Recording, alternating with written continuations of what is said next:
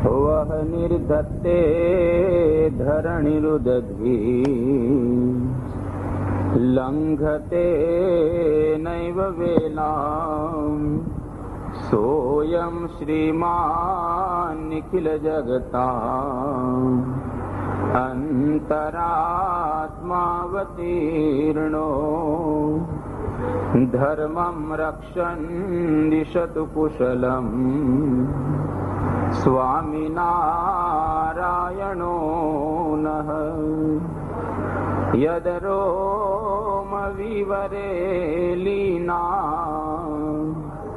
अंडानां कोटयः पृथक् तदक्षरं गुणातीतं नमाम्यहम्। श्री सहजानंदाय नमो नमः। श्री अक्षर पुरुषोत्तमाभ्यां नमो नमः। श्री गुणातीतानंद स्वामी महाराजाय नमो नमः। श्री भगत जी महाराजाय नमो नमः। श्री शास्त्री जी महाराजाय नमो नमः। श्री योगी जी महाराजाय नमो नमः। श्री प्रमुख स्वामी महाराजाय नमो नमः।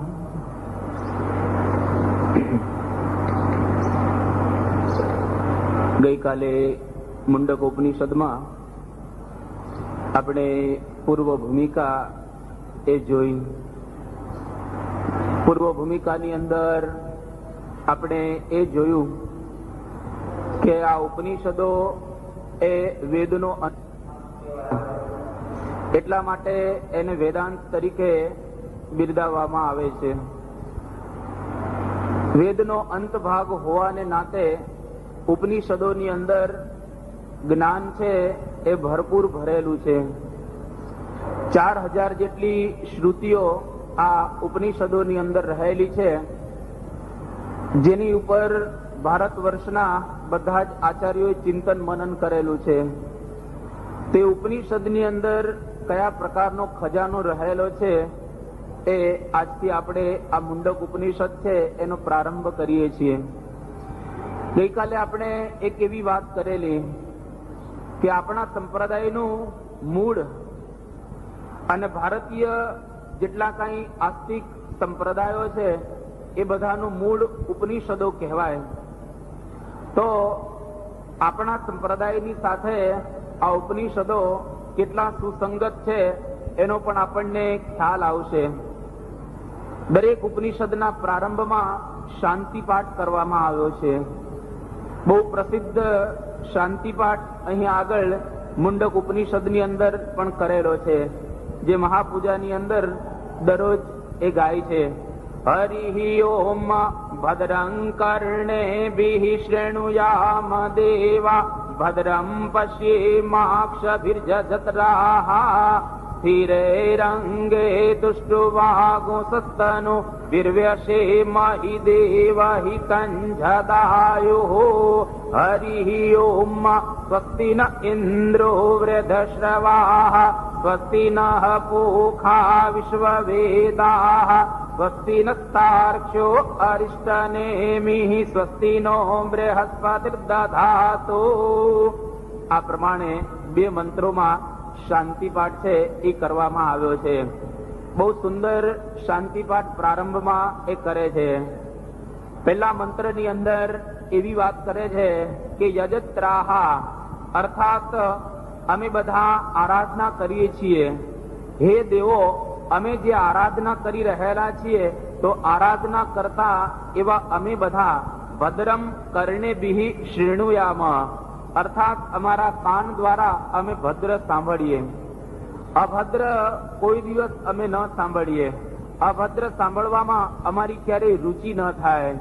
ત્યાર પછી કહે છે કે ભદ્રમ પશ્યેમ અક્ષિભિઃ।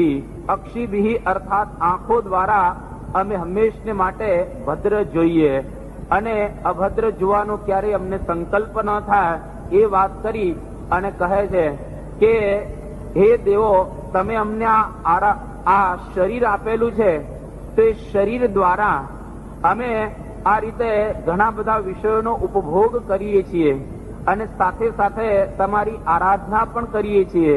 તો અહીં આગળ પ્રાર્થના કરે છે કે સ્થિરેહિ અંગેહિ, અમારા બધા અંગો છે એ સ્થિર થાય, અમારું શરીર છે એ પણ સ્થિર થાય, અને યદ આયુ દેવહિતમ, ભગવાનના કાર્ય માટે જે આયુષ્ય આપણને પ્રાપ્ત થયેલી છે એ આયુષ્યનો ઉપભોગ દેવોના કામ માટે અર્થાત ભગવાનના કામ માટે અમે હંમેશને માટે કરીએ. સાંસારિક સુખોની સાથે સાથે ભગવાનને ક્યારેય અમે ભૂલીએ નહીં.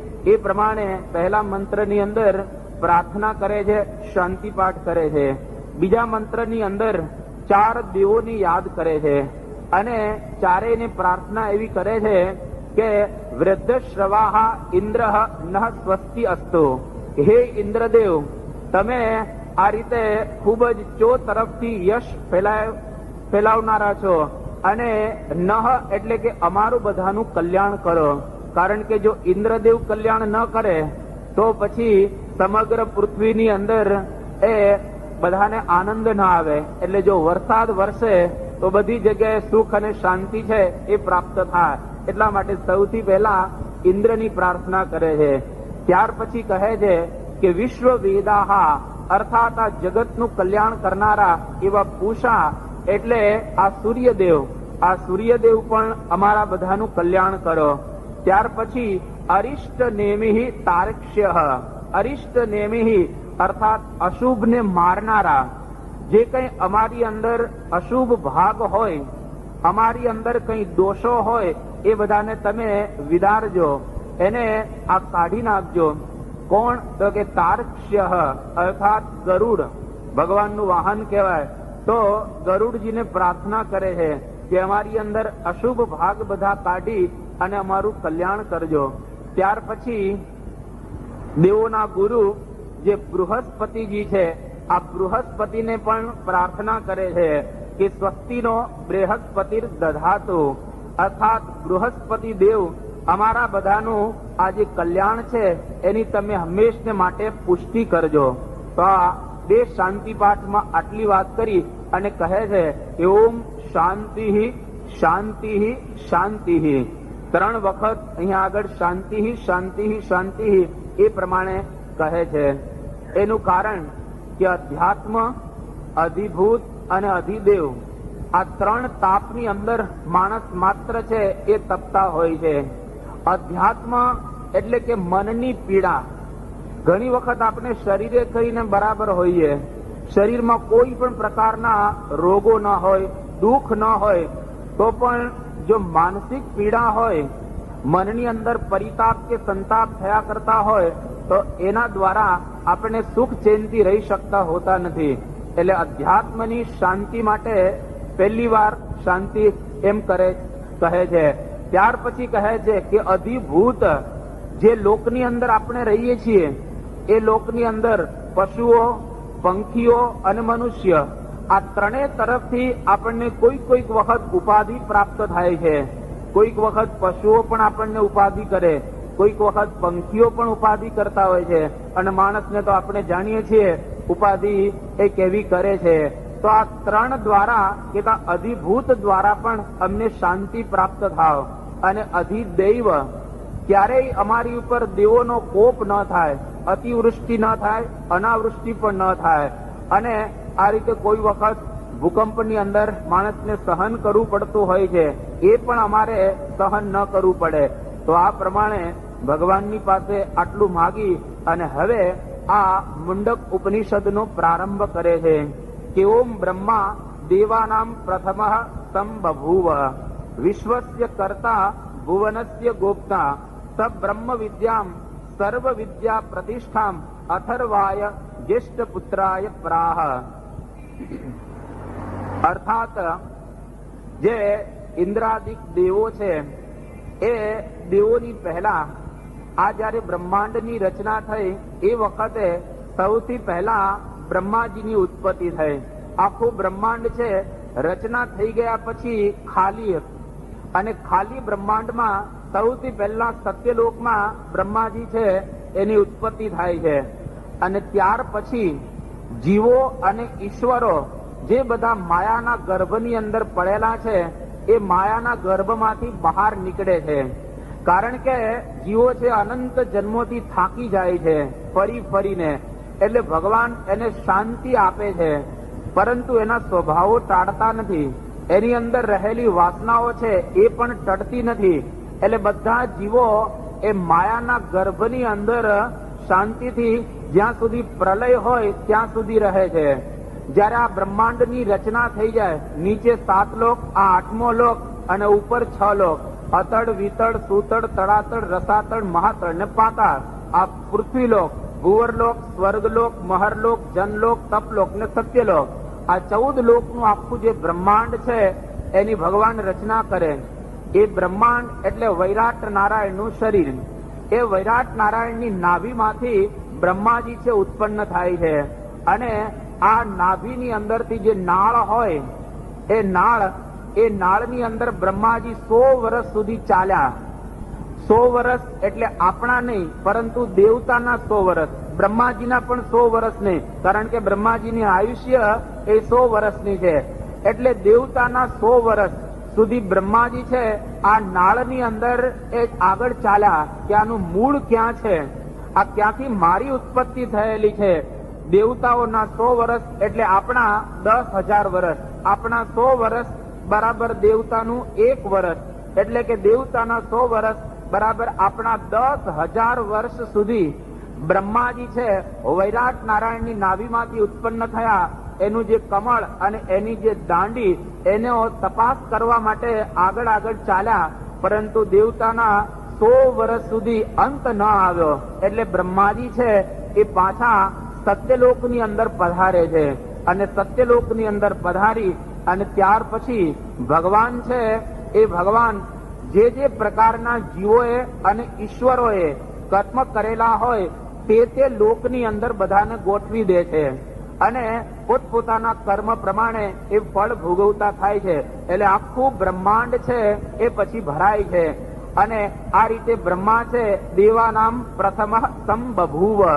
સૌથી પહેલા બ્રહ્માજીની ઉત્પત્તિ થઈ. આ બ્રહ્માજી કહેવા છે તો અહીંયા આગળ પ્રારંભમાં કહે છે કે વિશ્વસ્ય કર્તા ભુવનસ્ય ગોપ્તા, અર્થાત આ વિશ્વના કર્તા છે. હવે સામાન્ય રીતે આપણે સાંભળીએ છીએ કે વિશ્વના કર્તા તો ભગવાન છે, તો બ્રહ્માજી કેવી રીતે વિશ્વના કર્તા એ કહી શકાય? કારણ કે બ્રહ્માની ઉત્પત્તિ પણ વૈરાટ નારાયણ દ્વારા થાય છે. તો અહીંયા આગળ એટલો ભાવાર્થ કહેવાનો છે કે આ બ્રહ્માંડની અંદર જે કઈ ઉત્પન્ન થાય છે એનું મૂળ એ બ્રહ્માજી છે, પરંતુ આખા બ્રહ્માંડની ઉત્પત્તિ એ તો ભગવાન થકી થાય છે. તો અહીંયા આગળ એટલા માટે વિશ્વના કર્તા એ બ્રહ્માજીને કયા છે. અને ભુવનસ્ય ગોપ્તા, અર્થાત જે ભુવનમાં આપણે રહીએ છીએ એના ગોપ્તા કે રક્ષણ કરનારા પણ બ્રહ્માજી છે. આ સત્યલોકનો કારભાર ભગવાને બ્રહ્માજીને આપેલો છે કે તમારે આ બરાબર સંભાળવાનું. જેમ તમે તમારું ઘર સંભાળો છો એવી જ રીતે બ્રહ્માજીનું આ આખું બ્રહ્માંડ છે એ ઘર છે. ઘરની અંદર તકલીફ થાય તો તમે જેમ વ્યવસ્થા કરો છો એમ આ બ્રહ્માંડની અંદર કંઈક આઘું પાછું થાય તો એની વ્યવસ્થા ભગવાને બ્રહ્માને આ રીતે સોંપેલી છે. હવે બ્રહ્માજી જયારે સત્યલોકની અંદર વિરાજમાન છે તો એવા સમયની અંદર એમના થકી માનસ પુત્ર 10 થાય છે. 10 માનસ પુત્ર થાય છે. માનસ પુત્ર એટલે કે મનના સંકલ્પ દ્વારા ઉત્પન્ન થયેલા પુત્રો. બ્રહ્માજી સુધીની સૃષ્ટિ એને માનસ સૃષ્ટિ કહેવામાં આવે છે. બ્રહ્મા પછીની જે કઈ સૃષ્ટિ થાય છે એ બધી સૃષ્ટિ સ્ત્રી અને પુરુષના સંયોગ દ્વારા ઉત્પન્ન થાય છે. પરંતુ બ્રહ્માજી સુધીની સૃષ્ટિ કેતા બ્રહ્મા, વૈરાટ, પ્રધાન પુરુષ વગેરે જે સૃષ્ટિ છે એ માનસ સૃષ્ટિ કહેવાય. એટલે કે સંકલ્પ કરે અને સૃષ્ટિ ઉત્પન્ન થાય. ઘણા બધા ભારત વર્ષની અંદર એવા ઋષિઓ હતા જે સંકલ્પ દ્વારા સૃષ્ટિની ઉત્પત્તિ કરી શકતા હતા, એટલે કે પુત્રાદિકની ઉત્પત્તિ કરી શકતા હતા. એની અંદર એવી શક્તિ હતી. તો બ્રહ્માજી છે એ માનસ દ્વારા કેતા પોતાના મનના સંકલ્પ દ્વારા 10 પુત્રોની ઉત્પત્તિ કરે છે. અથર્વા, ભૃગુ, પુલસ્ત્ય, પુલહ, ક્રતુ, અંગીરા, મરીચી, યક્ષ, અત્રિ અને વશિષ્ઠ, આ 10 પુત્રોની ઉત્પત્તિ છે એ બ્રહ્માજી કરે છે. અને 10 પુત્ર જયારે ઉત્પન્ન થઈ ગયા, આ તો બ્રહ્માજીના પિતા દેવના પુત્રો છે, એટલે હવે એને તો કશું કરવાનું હોય નહીં, પરંતુ છતાંય બ્રહ્માજી છે એ 10 પુત્રોને ભેગા કરી અને એમાં સૌથી જે મોટા પુત્ર હતા અથર્વા, એ અથર્વાને બ્રહ્મોપદેશ આપે છે અને એને બ્રહ્મ વિદ્યાનું જ્ઞાન આપે છે અને કહે છે બ્રહ્માજી કે સ બ્રહ્મ વિદ્યામ સર્વ વિદ્યામ પ્રતિષ્ઠામ, જેટલી કઈ વિદ્યાઓ છે એ બધી જ વિદ્યાઓની અંદર સર્વશ્રેષ્ઠ કોઈ જો વિદ્યા હોય તો એ બ્રહ્મ વિદ્યા છે.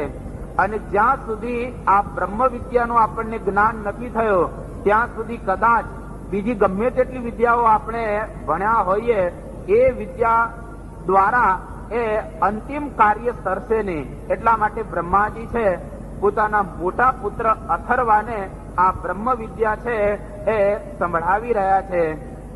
તો અહીંયા આગળ ભાષ્ય ગ્રંથોની અંદર કહે છે, શંકરાચાર્ય, રામાનુજાચાર્ય અર્થાત રંગ રામાનુજાચાર્ય આ ઉપનિષદોના ભાષ્ય લખેલા છે. ગોપાળાનંદ સ્વામી પણ અહીંયા આગળ ભાષ્યની અંદર કહે છે કે બ્રહ્માજીએ આ પોતાના મોટા પુત્ર અથર્વાને બ્રહ્મ વિદ્યા છે એ ભણાવી, પરંતુ આ બ્રહ્મ વિદ્યા ભણાવતા પહેલા બ્રહ્માજી છે એ પોતાના પુત્રને કહે છે કે બેટા, આ હું તને બ્રહ્મ વિદ્યા ભણાવું છું, એ બ્રહ્મ વિદ્યા કેવી છે? તો સર્વ વિદ્યા પ્રતિષ્ઠામ, અર્થાત દુનિયાની અંદર જેટલી કઈ આધ્યાત્મિક વિદ્યાઓ કહેવાય એ બધાની પ્રતિષ્ઠા આને લઈને છે. એટલે કે આ બ્રહ્મ વિદ્યા દ્વારા બીજી આધ્યાત્મિક વિદ્યાઓ છે એ પ્રસારને પામેલી છે. તો બીજી કઈ વિદ્યા એ રહેલી છે કે અહીંયા આગળ ભાષ્ય ગ્રંથોની અંદર જેની સ્પષ્ટતા એ કરવામાં આવેલી છે કે બીજી વિદ્યાને જો આપણે જાણીએ તો આ બ્રહ્મ વિદ્યામાં થોડીક આપણને ગમ પડે કે આ બ્રહ્મ વિદ્યાને આપણે જાણી શકીએ. ઘણા દિવસો સુધી આ બ્રહ્મ વિદ્યા આપણે સાંભળવાની છે. તો આ બ્રહ્મ વિદ્યાને જાણતા પહેલા બીજી કઈ એવી વિદ્યાઓ છે કે જેને આપણે જાણીએ તો આ બ્રહ્મ વિદ્યા છે એને બરાબર આપણે જાણી શકીએ. જો બ્રહ્મ વિદ્યા પ્રવર્તાવવા માટે જ શ્રીજી મહારાજે આલોકની અંદર અક્ષર બ્રહ્મને લાવેલા, કારણ કે મહારાજ જાણતા હતા કે જ્યાં સુધી બ્રહ્મ આલોકની અંદર નહીં પધારે ત્યાં સુધી સાચા અર્થની અંદર બ્રહ્મ વિદ્યા છે એનું જ્ઞાન લોકો પ્રાપ્ત નહીં કરી શકે. એટલે પ્રથમના 71મા વચનામૃત પ્રમાણે શ્રીજી મહારાજ છે એ ગુણાદિતાનંદ સ્વામીને સાથે લાવે છે, અક્ષર બ્રહ્મને સાથે લાવે છે, જે બ્રહ્મ વિદ્યાનું મૂળ કહેવાય. તો આ બ્રહ્મ વિદ્યાની પહેલા આપણા શાસ્ત્રોની અંદર 14 પ્રકારની વિદ્યાઓ છે એ બતાવવામાં આવેલી છે કે પુરાણ, ન્યાય, મીમાંસા, ધર્મશાસ્ત્રાંગ મિશ્રિતા, વેદા, સ્થાનાનિ વિદ્યાનામ ધર્મસ્ય ચતુર્દશ. આ પ્રમાણે 14 વિદ્યાઓ છે એ બતાવવામાં આવે છે. સૌથી પહેલી વિદ્યા એટલે પુરાણ વિદ્યા. પુરાણોનું આપણને જો જ્ઞાન હોય તો એ પૌરાણિક વિદ્યા વાળો કહેવાય. જયારે બ્રહ્માજી આ સૃષ્ટિની ઉત્પત્તિ કરી, મત્સ્ય પુરાણ પ્રમાણે સૌથી પહેલા ભગવાને પુરાણોની રચના કરી છે. અન્ય પુરાણોની અંદર એવી વાત કરી છે કે બ્રહ્માજીએ સૌથી પહેલા વેદો બનાવ્યા. આ 2 પ્રકારના શાસ્ત્રોની અંદર મત રહેલા છે કે પુરાણમ સર્વશાસ્ત્રાણામ પ્રથમમ બ્રહ્મણા સ્મૃતમ અનંતરં ચ વક્ત્રેભ્ય વેદાસ્તસ્ય વિનિર્ગતા. કે વિદ્વાનોનો 2 પ્રકારનો મત રહેલો છે કે બ્રહ્માજીએ સૌથી પહેલા પુરાણો બનાવ્યા. ઘણા વિદ્વાનો એવી વાત કરે છે કે બ્રહ્માજીએ સૌથી પહેલા વેદો બનાવ્યા. જે બનાવ્યું હોય તે, પરંતુ 2 છે એ આધ્યાત્મિક વિદ્યા કહેવાય. એટલે બંનેનું પાન કરીએ તો એના દ્વારા આપણે કંઈક સમજી શકીએ.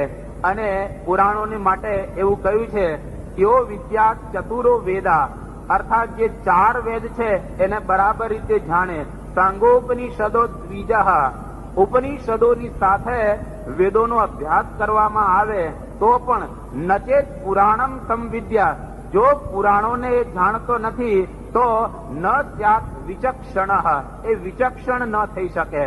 કારણ કે પુરાણોની અંદર નાના નાના આખ્યાનો દ્વારા એવી સુંદર રજૂઆતો કરવામાં આવેલી છે કે જેના દ્વારા આપણી બુદ્ધિ છે એ થોડી તીક્ષ્ણ થાય, આપણે વિચક્ષણ થઈ શકીએ એવી વાત કરવામાં આવેલી છે. અને ભગવાન વેદવ્યાસે વેદોની જે ભાષા છે એને પુરાણ દ્વારા અને ઇતિહાસ દ્વારા જગતની અંદર વહેતી મૂકેલી છે. એનું કારણ એટલું જ કે એક જમાનો એવો હતો, 3 જણાને વેદ ભણવાનો અધિકાર ન હતો. એટલે જેને વેદ ભણવાનો અધિકાર ન હોય એ સામાન્ય રીતે વેદનું જ્ઞાન કઈ રીતે પ્રાપ્ત કરી શકે? તો એની વ્યવસ્થા માટે ઇતિહાસ અને પુરાણની રચના કરવામાં આવી. ઇતિહાસ પુરાણાભ્યામ ચ વેદાર્થમ સંબ્રહ્મહેત, અર્થાત વેદોની જે વાણી છે ઇતિહાસ અને પુરાણ દ્વારા બ્રહ્માજીએ કદા વ્યાસ ભગવાને આ વ્યક્ત કરી, જેથી કરી અને 3 જણા પણ સમજી શકે. એક તો પતિત બ્રાહ્મણ, બ્રાહ્મણ સામાન્ય રીતે વેદો ભણતા હોય છે, પણ પતિત કેતા અધમ બ્રાહ્મણ હોય, આતતાયી બ્રાહ્મણ હોય એ વેદો ન ભણી શકે. આ પહેલી વાત. બીજી વાત કરી કે સ્ત્રીઓને વેદો ભણવાનો અધિકાર નથી, અને શુદ્ર હોય એ શુદ્રને પણ વેદો ભણવાનો અધિકાર નથી. ત્રૈન શ્રુતિ ગોચરા, અર્થાત 3 જણા છે એ વેદ ન ભણી શકે, શુદ્ર, સ્ત્રી અને પતિત બ્રાહ્મણ. હવે આ 3 જણા જો વેદ ન ભણી શકે તો એ વૈદિક જ્ઞાન કેવી રીતે પ્રાપ્ત કરી શકે? તો એના માટે ભગવાન વેદવ્યાસે આ ઇતિહાસ, મહાભારત અને પુરાણો 18 અને 18 ઉપપુરાણ એટલે 36 પુરાણ અને આ મહાભારત જેવા ગ્રંથની એમણે રચના કરી, જેના દ્વારા એ લોકો પણ ભગવાનને પ્રાપ્ત કરી શકે. તો આ પહેલી વિદ્યા એટલે પુરાણ વિદ્યા, જેની અંદર લગભગ 3,98,000 શ્લોક છે. આટલું બધું એની અંદર સાહિત્ય ભગવાન વેદવ્યાસે એ આપેલું છે. બીજી વિદ્યા કહે છે કે ન્યાય વિદ્યા. ન્યાય વિદ્યા એ પ્રાચીન ન્યાય અને આ રીતે વૈશેષિક ન્યાય એ બંને દર્શનો કહેવામાં આવે છે. અને ત્યાર પછી 500 વર્ષ પૂર્વે ગંગેશ ઉપાધ્યાય કરીને એક બહુ જ મોટા પ્રકાંડ પંડિત થયા, જેને નવ્ય ન્યાયની રચના કરી. આ 3 છે એટલા માટે આપણે ખાલી સમજવા જોઈએ. આ પૂર્વ ભૂમિકા રૂપે બ્રહ્મ વિદ્યાની છે. આપણને આગળ ખ્યાલ આવશે કે આટલી બધી આ બ્રહ્મ વિદ્યા અઘરી રહેલી છે. ભલે શ્રીજી મહારાજે આપણને બહુ સરળ રીતમાં આપી દીધેલા, અઘરી નહીં પડે, પરંતુ કહેવાનો ભાવાર્થ એટલો કે ઋષિઓ જે કંઈ થયા છે એ લોકોએ દર્શનોની રચના કરી છે એટલા માટે કે ભગવાનને પ્રાપ્ત કરવાના છે. આ લોકમાં આપણે આવ્યા છીએ તો ભગવાનની પાસે પહોંચવાનું છે. આ આપણું ધ્યેય છે. એ ધ્યેયને સિદ્ધ કરવા માટે જ્ઞાન પ્રાપ્ત કરવું પડે, અને જ્ઞાન દ્વારા આપણે મુક્તિને પ્રાપ્ત કરી શકીએ. ઋતે જ્ઞાનાન્ન મુક્તિ. શ્રીજી મહારાજે લોયાના 7મા વચનામૃતની અંદર આ શ્રુતિ છે એ ટાંકેલી છે. એટલે કે જ્ઞાન દ્વારા આપણે મુક્તિને પ્રાપ્ત કરી શકીએ. તો કયું જ્ઞાન?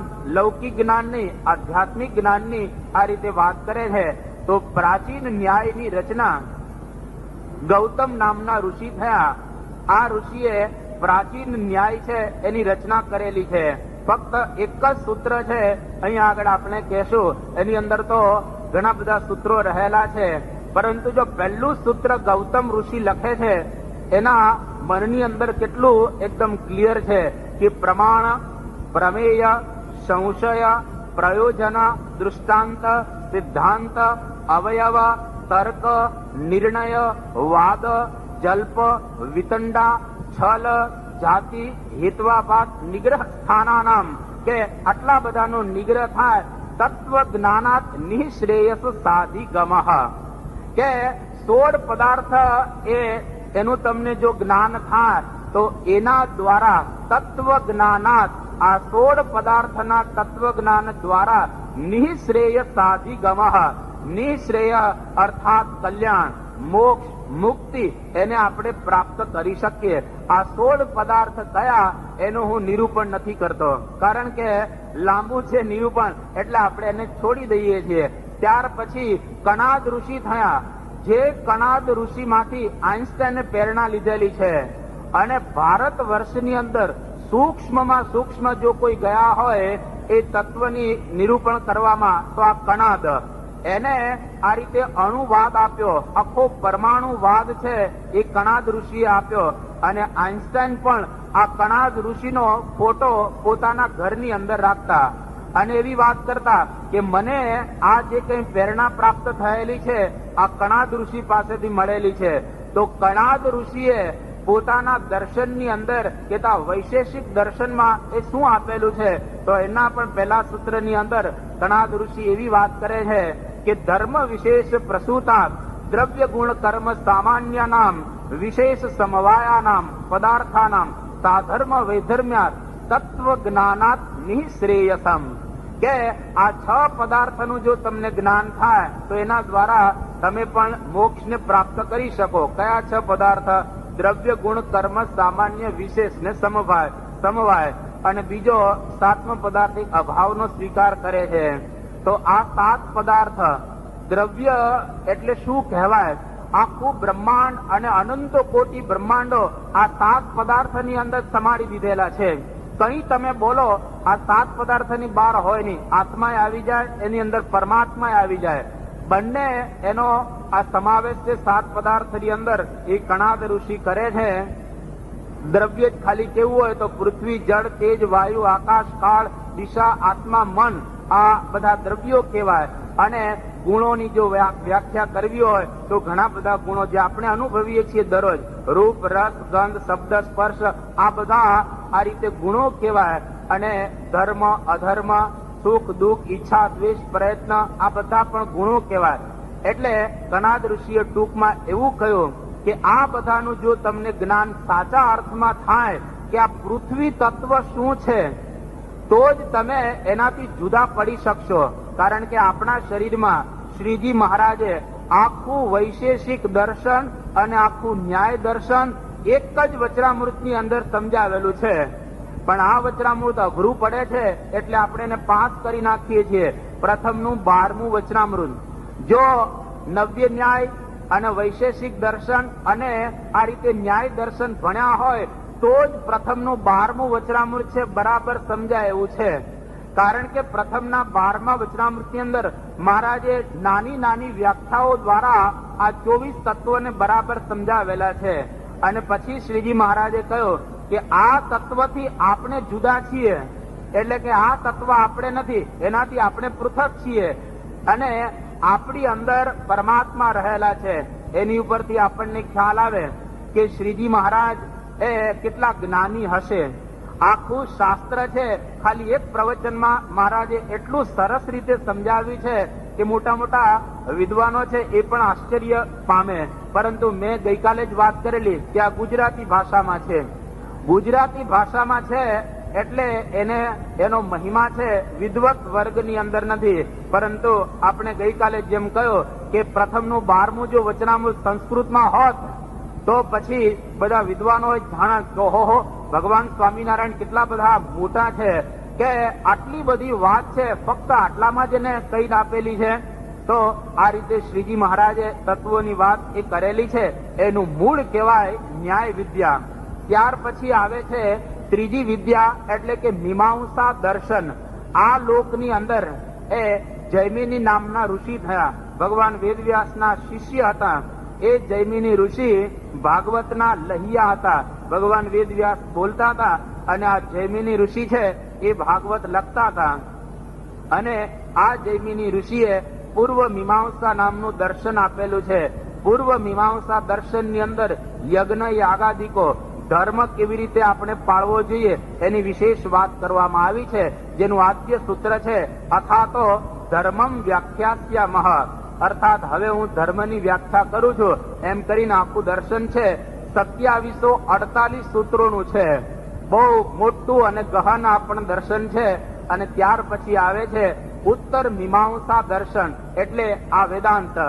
એ ઉત્તર મીમાંસા દર્શન ભગવાન વેદ વ્યાસે આ ઉપનિષદોની ભાષા અઘરી પડે એટલે આપણા માટે દયા કરી અને દયા કરી અને નાના નાના સૂત્રો બનાવ્યા. કારણ કે ગઈકાલે જેમ કહ્યું એમ ટાઈમ આપણી પાસે નથી, એટલે ઓછા સમયની અંદર વધારે કામ કરી શકીએ એટલે નાના નાના સૂત્રો બનાવી અને આપણને એ કહ્યું કે આ સૂત્રો જો 555 યાદ રાખશો ને તો કદાચ ઉપનિષદો નહીં વાંચેલા હોય ને તોય ચાલશે, કદાચ બીજો અભ્યાસ હશે કે નહીં તોય ચાલશે. 555 સૂત્રો યાદ રાખજો. ભાઈ એ ક્યાં ટાઈમ છે આપણી પાસે? અરે એક સૂત્રે ગોખવું હોય તો મુશ્કેલ છે ને. એમાંનું પહેલું સૂત્ર છે અથાતો બ્રહ્મ જિજ્ઞાસા, કે હવે હું બ્રહ્મની જિજ્ઞાસા કરું છું. કે બ્રહ્મ કેવું છે કે જન્માદ્યસ્ય યતઃ, જેનાથી આ જગતની ઉત્પત્તિ સ્થિતિ ને પ્રલય થાય છે એવું બ્રહ્મ રહેલું છે. આ વાત ક્યાં કરેલી છે? તો કે શાસ્ત્ર યોનિત્વા, શાસ્ત્રમાં વાતો કરેલી છે. તો કે એમાં તો જુદી જુદી વાતો કરેલી છે કે તત્તુ સમન્વયાત, કે એનો સમન્વય કરવો જોઈએ. આ 4 સૂત્ર જેને ચતુઃસૂત્રી કહેવામાં આવે છે રામાનુજ દર્શનની અંદર, આ 4 સૂત્ર ઉપર રામાનુજાચાર્યે 250 પાના લખ્યા છે. 250 પાના એ લખ્યા છે. અમારા ગુરુજી બેંગ્લોરની અંદર હતા, એ અનંતાચાર્ય, એ આ રામાનુજ દર્શન અમને ભણાવતા હતા. એમને કહ્યું કે રામાનુજાચાર્ય કમાલ કરી નાખી કે આ 4 સૂત્રની અંદર 250 પાના લખ્યા. એ ભણતા અમારે 3-4 મહિના થયેલા. ત્યારે આપણને ખ્યાલ આવે કે કેટલું ચિંતન એક એક સૂત્ર ઉપર આ બધા આચાર્યોએ કરેલું છે. પરંતુ આપણે તો એ સમજવું છે કે શ્રીજી મહારાજે આપણને શું આપ્યું છે. મહારાજે કેવી એક સુંદર વાતો આપણને કરેલી છે એ આ પૂર્વ ભૂમિકા દ્વારા આપણને સમજાશે. ત્યાર પછી આવે છે એ ચોથી વિદ્યા ધર્મશાસ્ત્ર. અને ધર્મશાસ્ત્રોની અંદર જે બધા ઋષિમુનિઓ થયા, યાજ્ઞવલ્ક્યજી, ત્યાર પછી પરાશર વગેરે ઋષિઓએ આ સ્મૃતિ ગ્રંથો આપ્યા. સ્મૃતિ ગ્રંથો દ્વારા આપણે આ શરીર છે એ શરીરને કેવી રીતે વર્તાવવું જોઈએ એની વાતો કરવામાં આવેલી છે. કે આ પ્રકારના નિયમ છે, આ પ્રકારના ધર્મ રહેલા છે. એટલે જેને આપણે આચાર સંહિતા કહીએ, અને આપણા સંપ્રદાયની આચાર સંહિતા એટલે શિક્ષાપત્રી. શિક્ષાપત્રી છે તત્વજ્ઞાનનો ગ્રંથ નથી, પરંતુ શિક્ષાપત્રી એ ધર્મ ગ્રંથ કહેવાય. તો કેવી રીતે આપણે વર્તવું જોઈએ એની વાત શિક્ષાપત્રીમાં મહારાજે 212 શ્લોકની અંદર કહેલી છે. તો આ 4 વિદ્યા અને બાકી એ વેદના 6 અંગ રહેલા છે, જેનું નિરૂપણ આપણે જયારે અહીંયા આગળ આવશે એ સંદર્ભની અંદર કરીશું. તો વેદોના 6 અંગ એટલે આ 10 વિદ્યા, ત્યાર પછી 4 વેદો એટલે 10 ને 4 14. આ 14 ને જો આપણે બરાબર જાણીએ તો આ વેદાંત છે આપણને બરાબર રીતે સમજાય. તો 14 ને જાણવા કેટલા બધા મુશ્કેલ છે. તો આ વેદાંતને જાણવું તો અતિ અઘરું છે. નારદજી જેવા નારદજી, એક વખત નારદજી છે આ પૃથ્વીલોકનો મહિમા સમજી અને પૃથ્વીલોકમાં આવે છે. નારદજી 14 લોકમાં ફરી શકતા હતા, પરંતુ એમને એક વખત વિચાર થયો કે પૃથ્વીલોક બહુ પવિત્ર છે અને ત્યાં કંઈક સાધન કરવામાં આવે તો એ સાધનો દ્વારા આપણે ભગવાનને પ્રાપ્ત કરી શકીએ. એટલે નારદજી ફરતા ફરતા આ લોકની અંદર પધાર્યા અને જયારે આલોકમાં આવ્યા, બધા તીર્થોની યાત્રા નારદજીએ કરી અને યાત્રા કરી અને બદ્રી વિશાલાની અંદર જાય છે. ત્યાં એને એ સનત કુમારનો યોગ થાય છે અને એ નારદજી એ વખતે સનત કુમારને જે કઈ પ્રશ્નો પૂછે છે એનો વિસ્તાર એટલે ભાગવત અને છાંદોગ્ય ઉપનિષદની અંદર નારદજી છે એ ફરતા ફરતા આ રીતે સનત કુમારની પાસે જાય છે અને સનત કુમારની પાસે જઈ અને જે કઈ વાત કરે છે એનો વિસ્તાર એટલે અહીંયા આગળ મુંડક એટલે છાંદોગ્ય ઉપનિષદ એની અંદર એની કથા આવે છે કે સનત કુમારની પાસે જઈ અને નારદજી એવી વાત કરે છે કે ઓમ અધિહિ ભગવ ઇતિ ઉપહ સસાત સનત કુમારમ નારદત્તમ હોવાચ યત વેત્થ તેન મા ઉપસીદ તતસ્ત ઊર્ધ્વમ વક્ષ્યામીતિ. કે હે સનત કુમાર, હું તમારી પાસે અહીંયા આગળ આવેલો છું તો મારે શાંતિ પ્રાપ્ત કરવી છે. એટલે સનત કુમાર કહે છે કે નારદ, તમે ભણ્યા છો શું? પેલા એ મને કહો કે તમે શું ભણ્યા છો, તો હું તમને પછી ઉપદેશ આપું શાંતિનો. એટલે નારદજી છે સનત કુમારને કહે છે કે હું આટલું ભણ્યો છું અત્યાર સુધીમાં મેં આટલી વિદ્યાઓ પ્રાપ્ત કરી છે. સાંભળજો, નારદજીએ કેટલી વિદ્યાઓ પ્રાપ્ત કરેલી. આટલી વિદ્યાઓ પ્રાપ્ત કદાચ આપણને થાય તોય અંતરથી શાંત છે માણસ રહી શકતો નથી અને અંતરથી અશાંત હોય છે.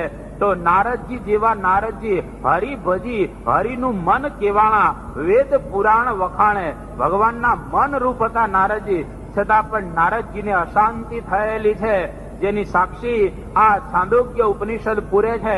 અને સનત કુમાર નારદજીને કહે છે કે તમારી વિદ્યાઓનું લિસ્ટ મને આપો, શું ભણ્યા છો?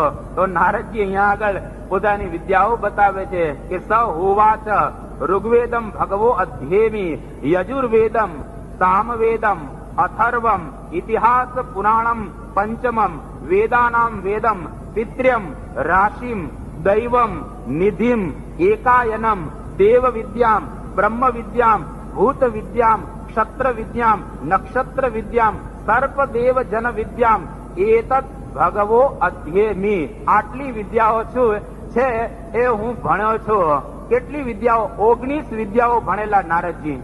19 વિષયની અંદર નારદજી છે પીએચડી થયેલા અને પારાપાર નીકળી ગયેલા નારદજી. તો આટલી વિદ્યા ભણે છે. સૌથી પહેલી વિદ્યા નારદજી કે ઋગ્વેદ ભણ્યો છું, યજુર્વેદ ભણ્યો છું, સામવેદ નો પણ મેં અભ્યાસ કર્યો છે, સારામાં સારું ગાઈ શકું છું. અથર્વ વેદ જેની અંદર લૌકિક બધી વિદ્યાઓ બતાવવામાં આવી છે એ પણ નારદજી કે છે હું ભણ્યો છું. અને વેદાનામ વેદમ અર્થાત વ્યાકરણ ભણ્યો છું. વ્યાકરણ 2 પ્રકારના છે. એક લૌકિક વ્યાકરણ, વરાછાની અંદર તમે જાઓ ને, લૌકિક વ્યાકરણ જેવું જ ન મળે. ક્યાં ગયો તો આવ્યો તો કે નહીં, એમાં કોઈ પણ પ્રકારનું લૌકિક વ્યાકરણ જે આપણને એ જોવા ન મળે. નારદજી એવી વાત કરે છે કે હું તો બરાબર રીતે વ્યાકરણ ભણ્યો છું. અને 2 પ્રકારના વ્યાકરણ, એક તો છાંદસ કેતા છંદનું વ્યાકરણ છે એ પણ ભણ્યો છું, અને લૌકિક વ્યાકરણ એ પણ બરાબર રીતે ભણ્યો છું. અને આગળ કહે છે કે પિત્ર્યમ અર્થાત વંશ વિદ્યા ભણ્યો છું. ત્યાર પછી રાશિમ ગણિત વિદ્યા પણ હું બરાબર ભણેલો છું. દૈવમ અર્થાત વાયુઓની આ બધી વિદ્યા છે એ પણ હું સારી રીતે ભણેલો છું. નિધિમ ભૂગર્ભ વિદ્યા પણ ભણ્યો છું. ભૂસ્તર શાસ્ત્રી નારદજી થયેલા. અને આગળ કહે છે કે એકાયનમ નીતિ વિદ્યા પણ બરાબર ભણ્યો છું. દેવ વિદ્યામ નૃત્ય, ગીત, વાજિત્ર કેવી રીતે વગાડવા એ પણ બરાબર રીતે હું ભણેલો છું.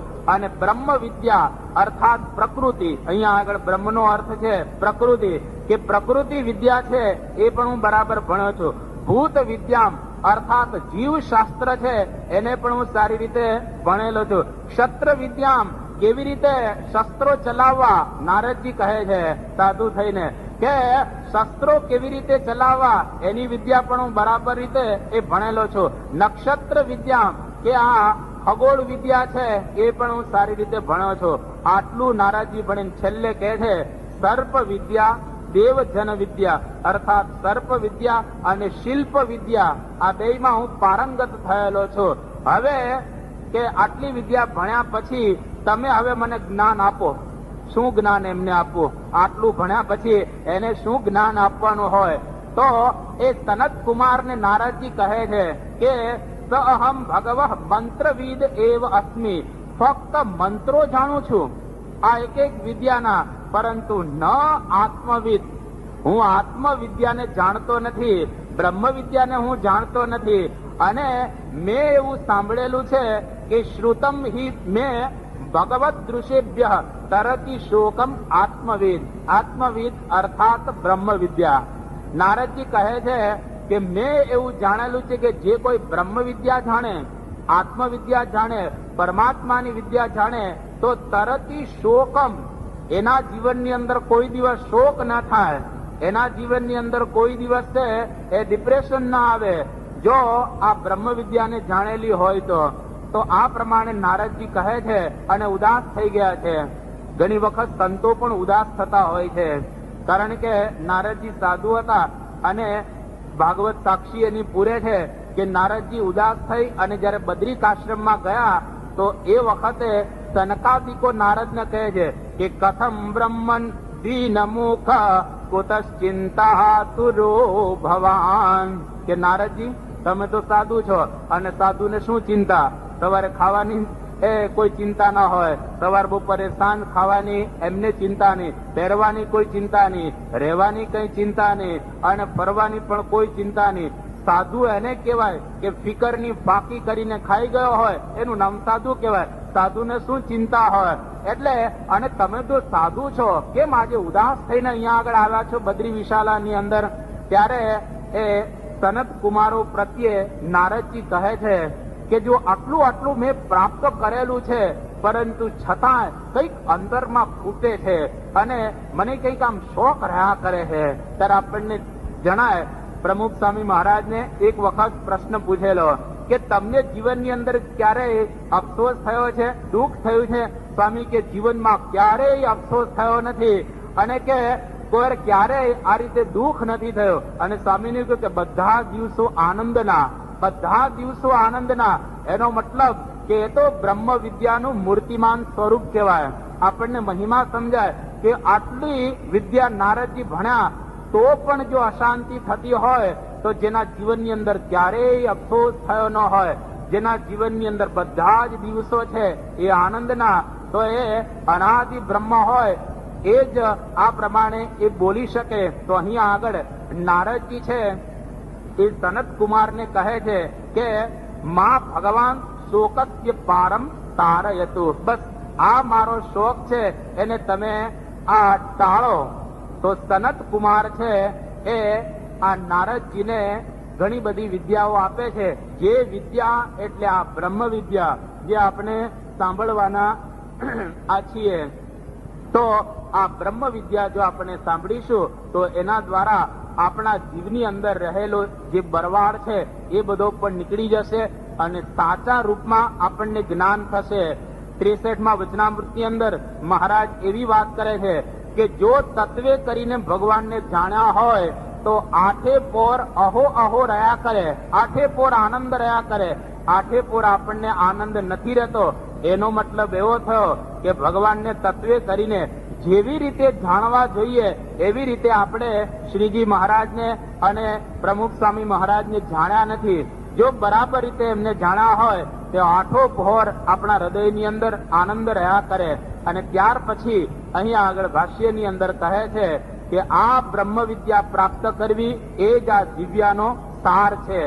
લૌકિક વિદ્યા ગમે તેટલી આપણે પ્રાપ્ત કરીશું, સારામાં સારા ડોક્ટર થઈએ, સારામાં સારા એન્જિનિયર થઈએ, MBA થઈએ, CA થઈએ, CS થઈએ, કે પછી MP થઈએ, મેમ્બર ઓફ પાર્લામેન્ટ, કે પછી MLA થઈએ, મેમ્બર ઓફ લેજિસ્લેટિવ એસેમ્બલી, કે કોઈ પણ થાવ, પ્રાઇમ મિનિસ્ટર થાવ કે પ્રેસિડન્ટ થાવ, ગમે તેવું કદાચ તમે આ રીતે સ્થાન પ્રાપ્ત કરો તો પણ એ લૌકિક વિદ્યા દ્વારા એ પ્રાપ્ત કરેલું સ્થાન છે, એમાં કોઈ પણ પ્રકારની શાંતિ હોય જ નહીં. એ આપણા શાસ્ત્રો બતાવે છે. પરંતુ છતાંય માણસને શાંતિ પ્રાપ્ત થાય છે, એનું શું સમજવું? તો અહીંયા આગળ ભાષ્યમાં એવી વાત કરે છે કે લૌકિક વિદ્યા છે બે કામ કરે. આ બધા વેદો પણ એમાં આવી જાય છે કે આ લૌકિક વિદ્યાઓ તમે પ્રાપ્ત કરો તો એના દ્વારા બે કામ થાય. એક તો આપણા ઉદરનું પોષણ થાય અને સંસારના સુખ મળે. ગમે તેટલી લૌકિક વિદ્યાઓ મેળવેલી હોય એના દ્વારા બે જ કામ થાય છે. એક તો આપણા પેટનો ખાડો ભરાય, કમાય એટલે ખાડો ભરાય, અને સંસારના જે કઈ સુખો છે એના દ્વારા આપણને પ્રાપ્ત થાય. આ લૌકિક વિદ્યાનો આટલો જ અર્થ છે. પરંતુ સંસારના સુખો આપણે જાણીએ છીએ કે એ સ્વપ્ના જેવા છે. સુખ સ્વપ્ના જેવું છે સંસારનું રે, જેને જાતા ન લાગે વાર, આ દેવાનંદ સ્વામી કહ્યું છે. પરંતુ માણસનો સ્વભાવ એવો છે કે સુખ સંસારી પામ્યા સારું, મુવા લગી ઘર તાણી રે. આ સંસારના સુખો પ્રાપ્ત કરવા માટે જ્યાં સુધી એ ધામમાં જાય, મૃત્યુ પામે, ત્યાં સુધી એની અંદર આસક્ત એ રહેલો હોય છે. તો આ સંસારના સુખોમાંથી વિરક્ત થવા માટે બ્રહ્મ વિદ્યા છે એ જાણવી જોઈએ. અત્યારે તો આપણું શરીર સારું છે એટલે વાંધો નથી, પરંતુ જ્યારે દેહ મૂકવાનો સમય આવશે, દેહ જ્યારે મૂકશું આપણે, એ વખતે જ્યારે અંતકાળમાં કેવું થશે, દેવાનંદ સ્વામી આપણને શિખામણ આપે છે કે અતિ કઠણ વેળા છે અંતકાળની રે. અંતકાળે અતિ કઠણ વેળા છે કે દેવાનંદની શિખામણ માનજે રે.